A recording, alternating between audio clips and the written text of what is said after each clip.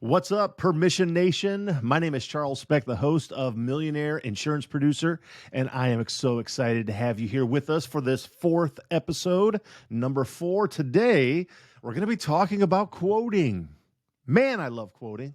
Quoting is good, so long as it's the right kind of quoting. Here's what we're going to talk about today.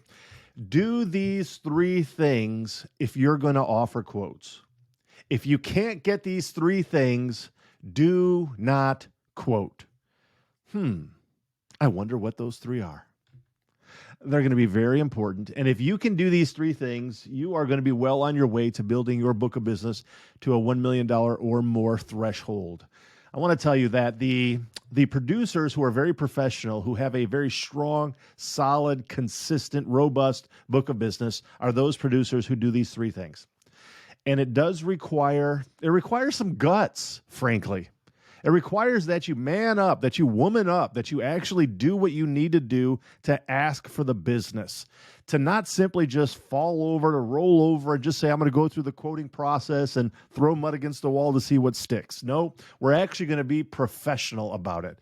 These 3 things, if you can do these 3 things, you are going to be better positioned in the marketplace.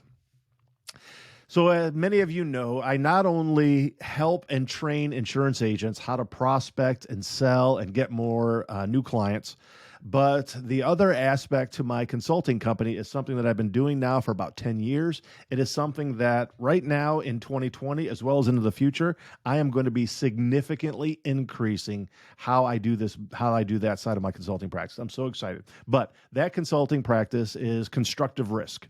Constructive risk exists to help insurance buyers lower their insurance premiums. Even as an insurance agency owner, Permission Network Insurance Agency, Inc., I do not represent any insurance carriers. I have no employees, no producers. I have no policyholders. I don't offer quotes. I don't service.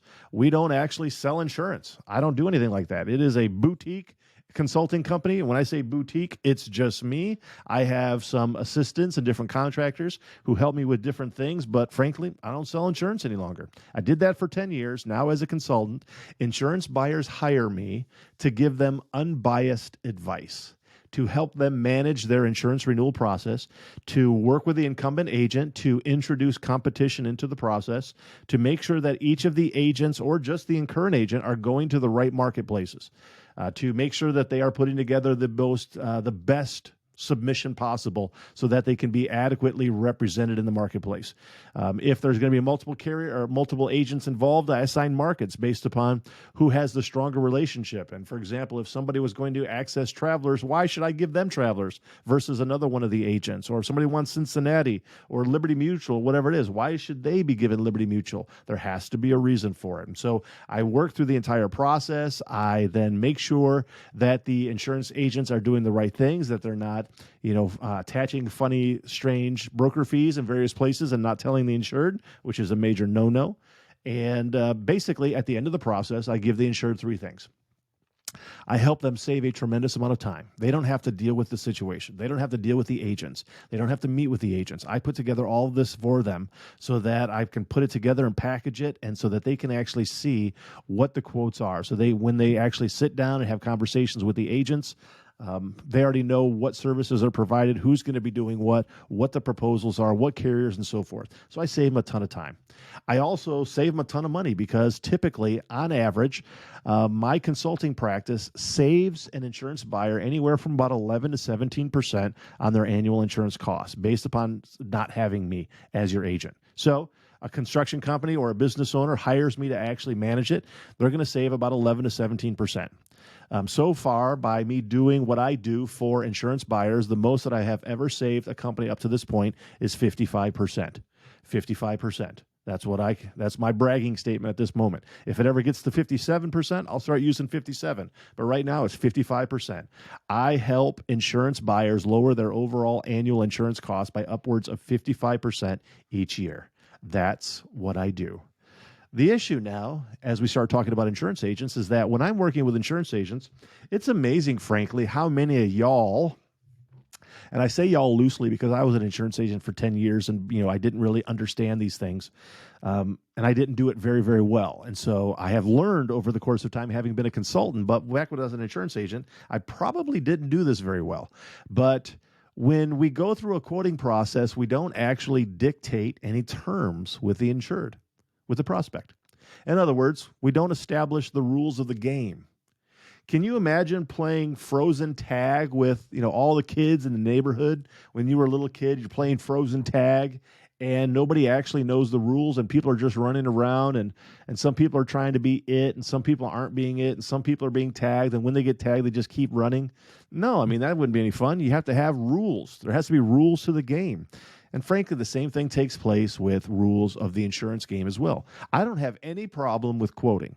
Quoting actually works. Quoting is going to get you business. What I have a problem with is the blind, foolish quoting of throwing mud against the wall to see what sticks. It doesn't help anyone. It does not help the insured. It does not help the underwriter. It does not help you as the agent. It is a frustrating process to just go through a blind quoting process. And so, as being a consultant, it's amazing to me how many times I deal with insurance agents who, once they realize they have to work with me, they never even ask to talk to the insured. They never ask to have a meeting with the insured. They never dictate any rules to the game. And for the most part, they never even really ask for any markets that they want. That is kind of the norm. I hope that's not you. That's kind of the norm. I'm telling you that there is a better way in which to position yourself. Again, we're talking about positioning. Everything in the sales process is positioning. You know what I haven't done much that I need to do a whole lot more, even in my own personal life for my family? By the way, I'm married. I've got 5 kids, and we need to invest more in stocks. So I have a number of different, I've got the 401k, and I've got some retirement plans and so forth, but I need to actually invest more in stocks. The stock market is kind of cool. You know what thing about stocks is that they go up and down? They go up and down every single day. In fact, they go up and down multiple times in a day. They're just constantly going up. The stock price is going up, it's going down, and it's fluctuating. What's it fluctuating based upon? Well, essentially, there's just a whole lot of stuff that's happening behind the scenes that you're not aware of necessarily. Stuff that has nothing to do with you, people who you have never met, never heard about. They're doing things, they're selling products, they're saying things, and it is impacting the stock price. I first became accustomed to the positioning of stock price back when I worked as a broker in the second agency I was with. I was working with an association, actually the Steel Framing Association, in which I was the endorsed agent of. We put together an insurance program. We had a program for the builder's risk, and then we also put together a program on the general liability side. And someone from the association put out a press release, and it impacted the stock price. The stock price of the agency actually went up. And I had somebody from our corporate office contact me and want to know more about the press release and so forth. And I was like, what are you talking about?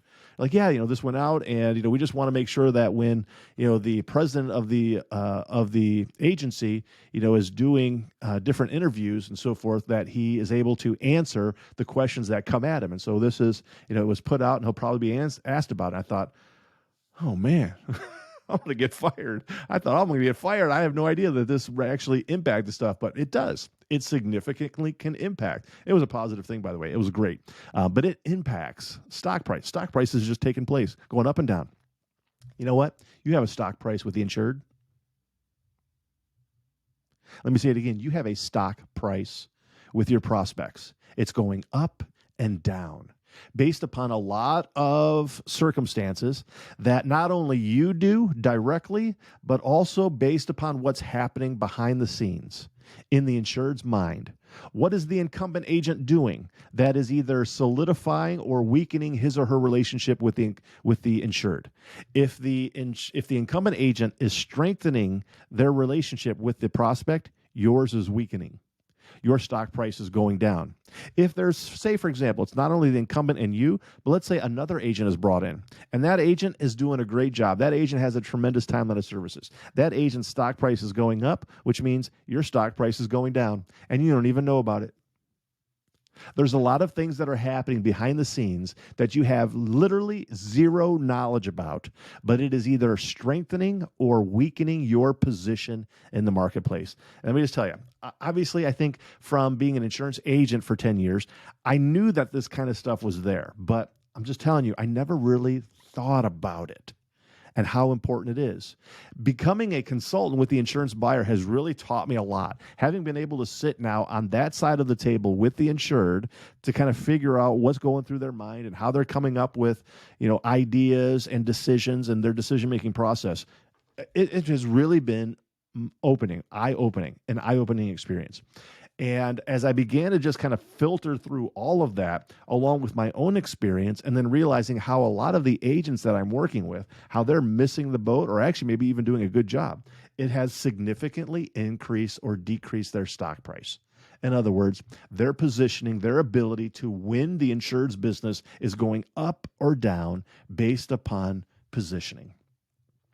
If you're going to go through a quoting process, there are 3 things that I think that you need to do in order to better position yourself so that at the end of the process, the insured will say, yes, I would like to do business with you based upon this particular proposal. Okay? If you don't do these 3 things, I would give you a huge warning. Warning, warning, this is it. If you don't do these 3 things, I would probably tell you, don't go through the quoting process. If you do these 3 things, if you get these 3 things, you're going to be in a very strong position. I would say more than likely go through these. If you don't get these 3 things, you need to pause. Otherwise, you're just going to get rolled. You're not going to win the business. What are these 3 things? Well, remember, when you meet with the insured in that first appointment, you should be spending a lot of time building rapport, getting them to know, like, and trust you, finding out a whole lot of problems about their industry, their business, what's going on in their insurance plan, with the carriers, the servicing staff, the producer, uncovering a whole lot of problems, and then going through your timeline of services, showing them the solutions that you have to offer. And then you come to the point in which now you start to ask, okay? Let's say you ask for the broker of record letter and they say no. All right, maybe they just say no. You know what? Frankly, some people are just loyal. It's great. I'm glad that insurance buyers are loyal. I mean, don't you want a loyal client? Absolutely you do. You don't want a client who's just going to turn over and sign a broker of record letter to anybody who comes and asks for it. So yeah, absolutely. Insurance buyers might just say, no, I'm not going to give it to you yet.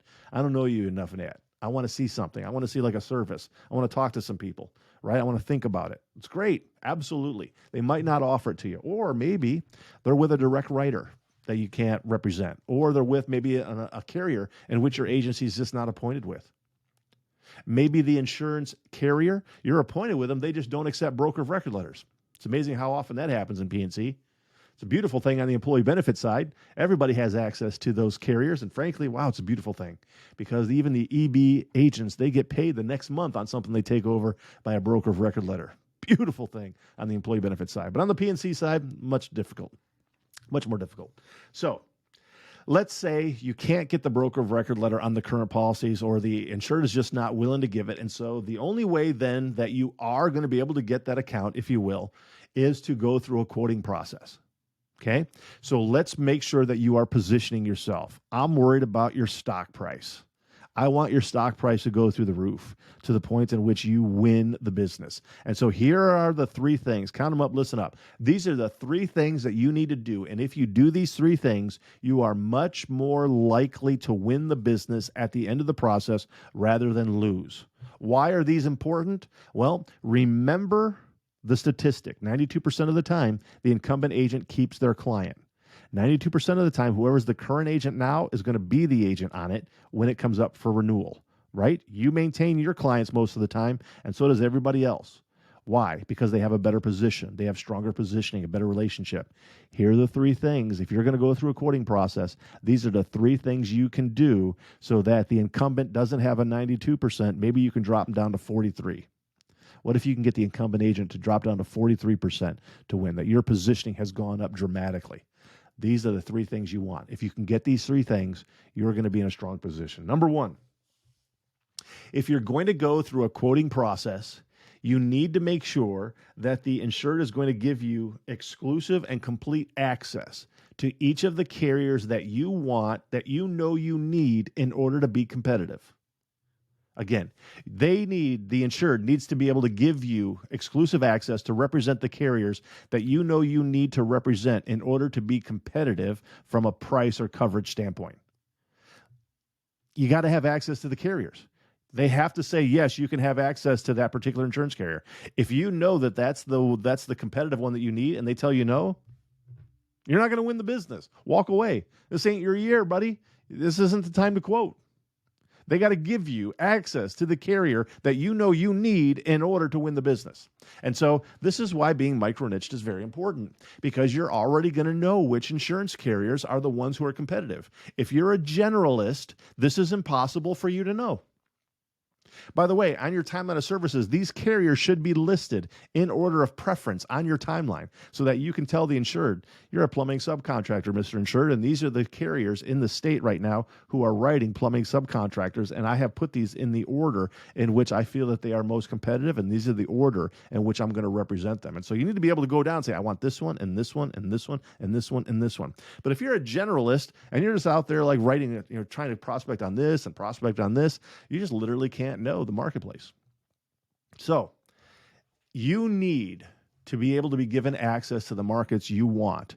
If the insured will not give you access to those carriers that you know you need, I tell you, do not quote, walk away. Don't waste your time. You are not going to win this, because look, if you know that those carriers are the ones that are going to be most competitive and the insured says, no, I'm just going to give those to my current agent, there ain't no way you're going to win this business. No way. Do not go through that process. But you know what? Again, insurance agents are playing the chicken business, not the insurance business. They're just winging it. They're just winging it. They're just throwing mud against the wall. They're mudslingers. They're not pros. They are amateurs. They're just putting together submissions, throwing it out to the marketplace, and just kind of, saying their prayers, crossing their fingers, and hoping for the best. And even if you do get access to that particular market, and then many times the incumbent agent's going to go back to their insurer and say, hey, I don't know what happened exactly here, but you know what? I put together my submission. We sent it out to the marketplace, and lo and behold, some other agent's gone in there and actually stopped. They stopped the whole process. They have blocked me out. I can't even get a quote from the carriers that I want to represent for you. What's going on here? Can I have a signature on a piece of paper so that I get this carrier back so I can represent? And they're almost automatically going to sign it for the incumbent agent. Why? Because you didn't go through the process. You didn't ask for the business. You just threw mud against the wall. There's no rapport. You have no position. Your stock price is low. So you need to get access to the carriers you need in order to be competitive. Again, if they're not going to give those to you, frankly, there's no way you're going to be able to compete on price. There's probably no way you're going to be able to compete on terms and conditions, on coverages, exclusions. It is so unlikely you're going to win that business. If you can't get exclusive access to represent the carriers you want, I say walk away. And what do I mean by exclusive access? I mean, not just a little sort of general conversation you're having with the insured saying, hey, would you mind letting me, just kind of go to the marketplace and submit your account? And, I'd like to kind of just work with some of the carriers that I want. No, I mean, you need to be really specific about which insurance carriers you're going to represent. I'm going to go to Travelers. I'm going to go to Chubb. I'm going to go to Zurich. I'm going to go to Hartford. I'm going to go to Cincinnati. And you list those down, right? And again, we're going to talk about how we're going to remind the insured of all these things, but we'll talk about that in a minute. Right now, we're just saying you need to secure those. I would encourage you then to even have blank broker of record letters there with those carriers that are on there so that they sign those and give you exclusive access, just in case the incumbent has already gone to the marketplace, or just in case the incumbent will eventually submit that to the marketplace before you have a chance to get the loss runs and the application and so forth figured out. You want to have the ability to access those, because if in the time that you're meeting with the insured and before you have the full submission ready, if the incumbent agent goes and secures those markets, you're in a bad spot. You're in a bad spot. So I'm just telling you, you need to do what you can to get the insured to buy in, to give you the carriers you want access to. If the insured says no, I tell you, don't quote. That's the end of the process right there for that year. I'm not saying sever the relationship. I'm not saying burn a bridge. I'm just saying it would be best for you to ethically back out of the process. Right now, you would just be muddying the waters. You'd be hurting the insured's ability to get a quote. And let me just also tell you this. Remember how I said maybe a couple episodes ago that I actually feel it's fairly unethical, sort of quasi unethical, to actually go through a quoting process with multiple agents? Here's why. Because underwriters are human beings too. You believe that? Underwriters are human beings. And they also have to meet their numbers monthly. They have to write a certain amount of premium monthly and quarterly. They have to make their numbers. They have to have, a certain loss ratio percentage in order to achieve their bonuses. Okay? So basically, underwriters are looking for good business to write. They're not looking to write anything. And because they might receive potentially hundreds of submissions every single month, right? I mean, think about your average middle market underwriter. Like, how many submissions do they receive from all the various carriers around the state? A lot. And so they have to pick and choose. Now, if they receive multiple submissions on a particular account, they're less likely to choose to work on that account. They realize that the opportunity there, that their percentage, their stock price has gone down dramatically from being able to write that business, because it appears the insured doesn't really have any kind of loyalty. They're just out there going through the process. It's just price. There's no relationship there. And so the underwriter's probably going to take your submission and just tuck it neatly underneath their stack. Or they might just send you a declination saying, sorry, we can't compete on this particular account. Thanks, I have to pursue other options. Whatever it is, they're just going to tell you no. And so because of that, you actually hinder the insured's ability to actually get a quote because you sent your submission to a carrier who's already received a submission. You literally do. You hurt the insured's ability. Or I'll put it this way, the insured has hurt their own ability to get quotes because they have multiple agents involved. I truly believe that is in the insured's best interest. It's in my client's best interest to work with one agent. I can introduce competition in this situation. I can introduce competition to keep the incumbent's feet to the fire, to make sure that they do exactly what we want them to do. But it doesn't help to get multiple agents involved. All it does is increase the amount of work. So you better get access to the carriers you want. Number 2. The second thing is here, we need to get very precise about the percentage of savings that we need to save the insured in order to be, listen up, in order to be guaranteed the business. We have to get very clear with the insured on an actual dollar amount or a percentage on what you need to achieve in order to be guaranteed the business. Here's the problem, is that most insurance buyers, your prospects, just say, you know what, just save me some money. Just save me some money, I'll do business with you. No, they won't. They're just telling you that because they don't know what else to say. They don't understand insurance. Remember, they've got the insurance mentality of a 4-year-old child. All they understand is money. They just understand by looking at the bottom of it. Okay, this one costs $100,000. This one costs $102,000. This one costs $94,000. I like the $94,000 one. That's all they know. And so they're not going to tell you, I want a better asbestos exclusion. I want a better subsidence exclusion. If you can give me a better subsidence exclusion, I'd be happy to do business with you. They don't know anything about insurance. They don't understand that maybe one insurance carrier processes the claims themselves, does it internally, whereas another one hires a third-party administrator to process the claims. They don't understand that maybe one insurance carrier puts higher reserves on their claims for workers' compensation, which actually then hinders or hurts the insured's ability to maintain a lower XMOD. They don't understand how those things work. And so it's our responsibility to be able to show that. So the insurer is just going to say, I want to save some money. Save me some money, I'll give you the business. Nope.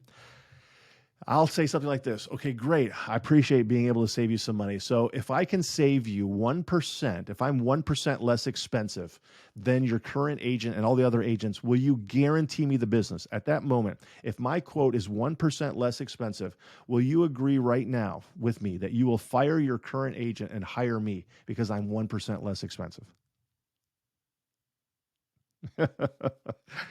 Yeah, they're probably going to say, no, I'm not going to do that for 1%. Okay. And I will probably ask it a little bit differently, maybe a little bit more tactfully, but that's really the heart of the issue, is that no, the insured hasn't thought about it. They haven't thought really about what they need, what you need to accomplish in order for them to give you the business. Because they don't know what to expect, and they haven't really thought about having that hard conversation with Bob, their insurance agent, for the last 4 years that they're going to fire Bob. And so I just need to get clear. They might say, well, gosh, okay, no, I'm not going to do it for 1%. I guess, I would probably need, now that you're really kind of making me think about it, like 20%. I need to be saving 20%. I'm like, oh, wow, 20%. That's a lot of money. I'll probably say it like this.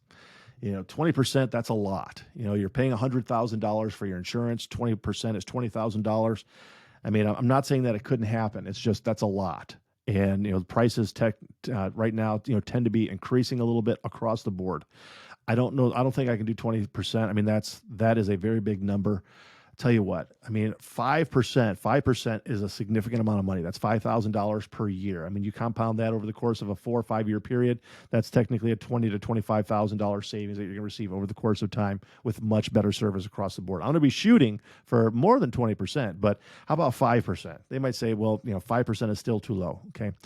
I want you to come to a point. You guys got to come to an agreement here. We need to figure out what are the rules to play the game. I would tell you that usually the insured is going to probably land somewhere between 5 and 10%. Say, okay, look, 10% is still kind of high. How about 7%? I mean, if I'm 7% less expensive, that's a significant amount of money, right? So we need to come up with that number because, again, if they just say, oh, I just want to save some money, they're going to forget that later. We're going to have to remind them about it. They're just going to forget that. And no doubt there's been plenty of times that because it's also happened to me plenty of times being a broker, where you have been less expensive and didn't get the business. Maybe even a lot. I had a client, an insurance agent. She is a fairly new insurance agent from a producer standpoint. She'd been an account manager for a number of years, was transitioning into the production side. She met with this contractor. It was actually a pretty large contractor, and just the contractor wasn't with a very good current agent and just wasn't with the right carrier. She met with the contractor. The contractor was like, you know what? I just want to save me money. Just you save me money. I will do business with you. Right. And so she's like, great. And she failed to tell me about this. Otherwise I would have pushed her on it, but she went through the process. She offered a quote. She was something like almost 50% less expensive on the workers' compensation. And guess what? She didn't get it. She didn't get it. Nearly 50% less expensive and didn't get it. Why? Isn't that rude? I mean, come on. The insured should have done it. Hey, the insured doesn't have to do anything the insured doesn't want to do. The insured does not have any kind of a verbal contract with you. If you just went through the process and didn't come up with any number, they can do whatever they want. They're not forcing you to offer quotes. You're going through the process yourself. Right? I mean, if you're gonna make a foolish decision and go through a quote, burn your relationship with the underwriters, get 50% under and not get the business, that's your own fault. It's not the insured's fault. The insured's out there just trying to save money. They're just trying to figure out the whole process themselves. And so they can do anything they want if you don't come up with a firm number. And so I'm telling you, come up with a precise number that you guys can agree on, that if you're 7% less expensive, they will agree to not do business with the incumbent, but they'll do business with you. That's the second thing. The third thing is that there can't be any last looks. There can't be any last looks. Significantly, there can't be any last look that the incumbent agent gets to go back to their underwriter and see if there's a little bit more they can do. Let me just tell you again, the insurance buyer, for the most part, doesn't realize that that's kind of rude. They don't get it. I was amazed that my average consulting client didn't realize how rude that was. Because again, they don't realize how much time you're spending putting together quotes, and they don't realize how wrong it is or how rude it is to take your quote and give it back to Bob, their other agent, and say, "Hey, Bob, I got this quote. What can you do?" "Oh, great, Bob. Bob can knock down his quote by another 13%. Awesome. Okay, this worked out really well." They don't realize how rude that is. They don't even think about it. So we have to be able to dictate terms with the insured that the incumbent agent's not going to get a last look. You're not going to get a last look. Other agents aren't going to get a last look. Everybody comes in with their best rate up front. And then whoever comes in with that best rate, that's the person who's going to get the business. And then you can, as I go through your time on the services, you can dictate or explain to them how you're going to renegotiate with them. But everybody has to come in with their best rate. Otherwise, it's just a free-for-all, and you're not in a very strong position there. You got a weak stock price. So I might bring this up this way. Okay, this is how I would introduce it. Bob, I really appreciate the opportunity to go through this quoting process, and we've gone through these first two issues, and I think it's pretty positive.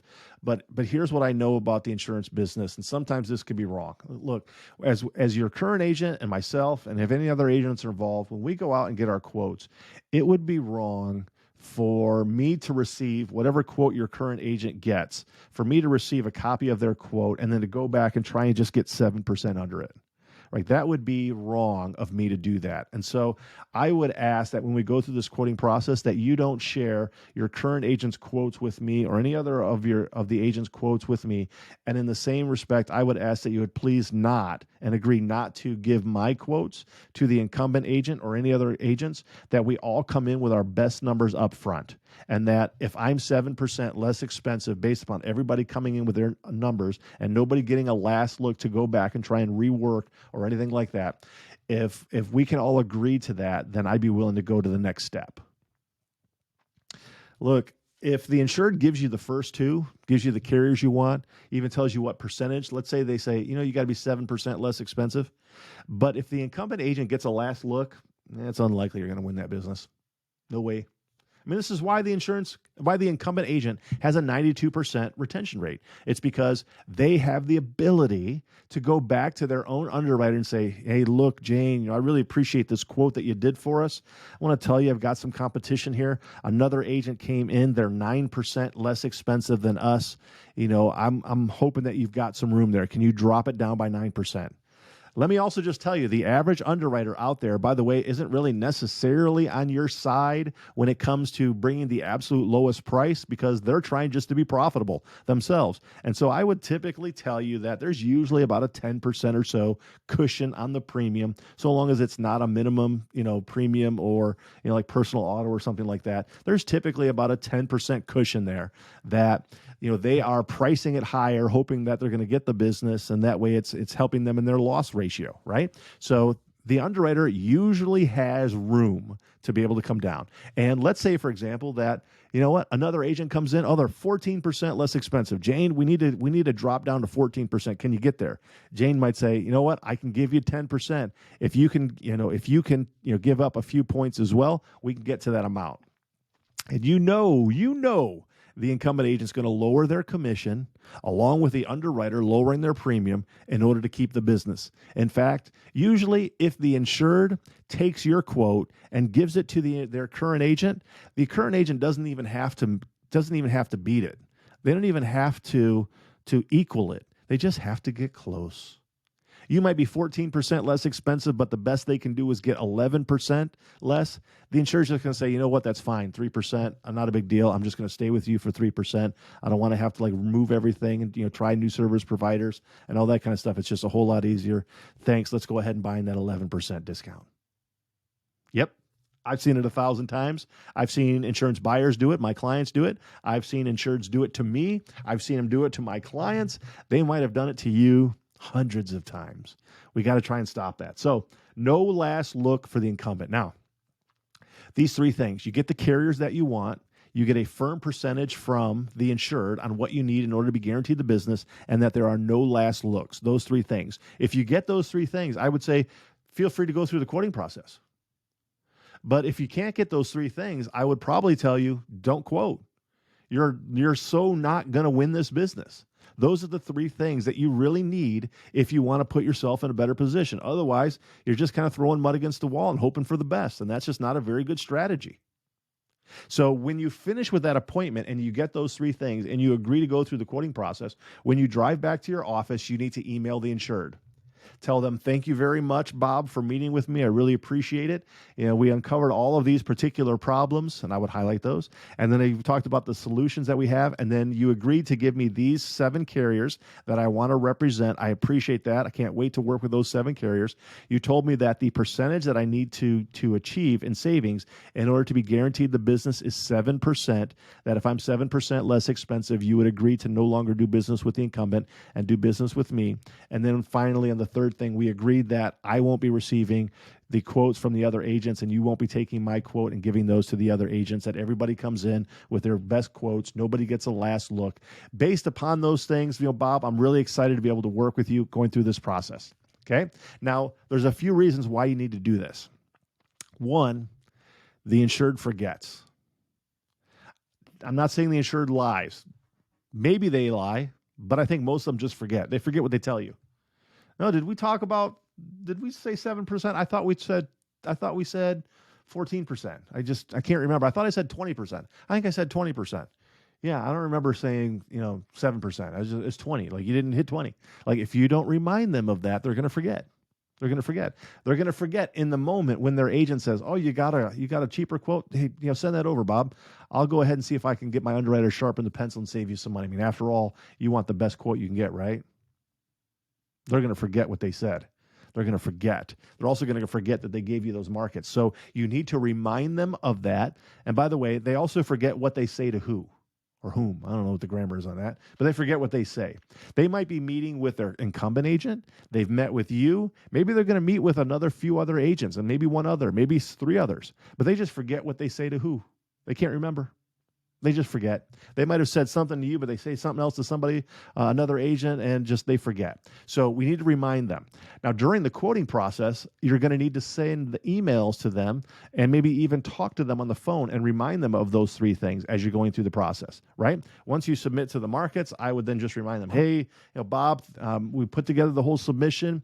When we met 2.5 weeks ago, we got the loss runs. We put together the claim summary. I've sent it out to those 7 carriers that you gave to us. These are the 7 carriers. I just remember, I'm really working with the underwriters to get to that 7%, 7% savings that you said. If once I achieve that, I'll be guaranteed the business. And you know what? I can't wait to be able to show you these quotes. Again, please don't send me any quotes from the other agents. Don't send my quotes once you have them to anybody else. Really appreciate what we're going to be able to do for you. Looking forward to showing up with my quotes really soon." Got to remind them throughout the process because, again, they forget. They forget. Now, another thing, when you show up with your proposal, this should probably be page number 1. Right? This should probably be page number 1, the things that you talk about. Bob, back when we met, 2 months ago, when we first sat down, we said, we'll go through the quoting process if we can represent those 7 carriers. And I'm happy to tell you that I have quotes from 5 of these 7. 2 of them declined because they just felt they weren't going to compete based upon a couple of the exposures. But these were the carriers that you said that I could have exclusive access to, and I thank you for that. So I have the quotes that are here. We also talked about that I need to achieve a 7% savings from you in order to be guaranteed the business. That if I'm 7% less expensive with one of these 7 carriers, that you said that you would no longer do business with your current agent and you would do business with me. And so I'm very excited to be able to go through these quotes because I do believe we've been able to achieve that premium savings. And then the third thing is I spent, myself and my team have spent about 22 hours putting together the quotes and working with the underwriters on all of these quotes here. And as I mentioned before, it would be wrong to send me the quotes from your current agent and any other agents. I appreciate you not doing that. And, as mentioned, you said that you won't give my quotes to any other agents, that nobody's getting a chance to look at anybody else's quotes. Nobody's getting a last look to go back and refine their numbers. Each person is bringing their quotes up front, and then whoever wins, wins. And so based upon that, I'm really excited to be able to go through this proposal with you. Only then would I start going through the numbers. Again, that would be page 1. I'm just reminding them about that verbal contract we had. This isn't guaranteeing anything. They can still just say, "You know what, forget you, I'm going to do what I want."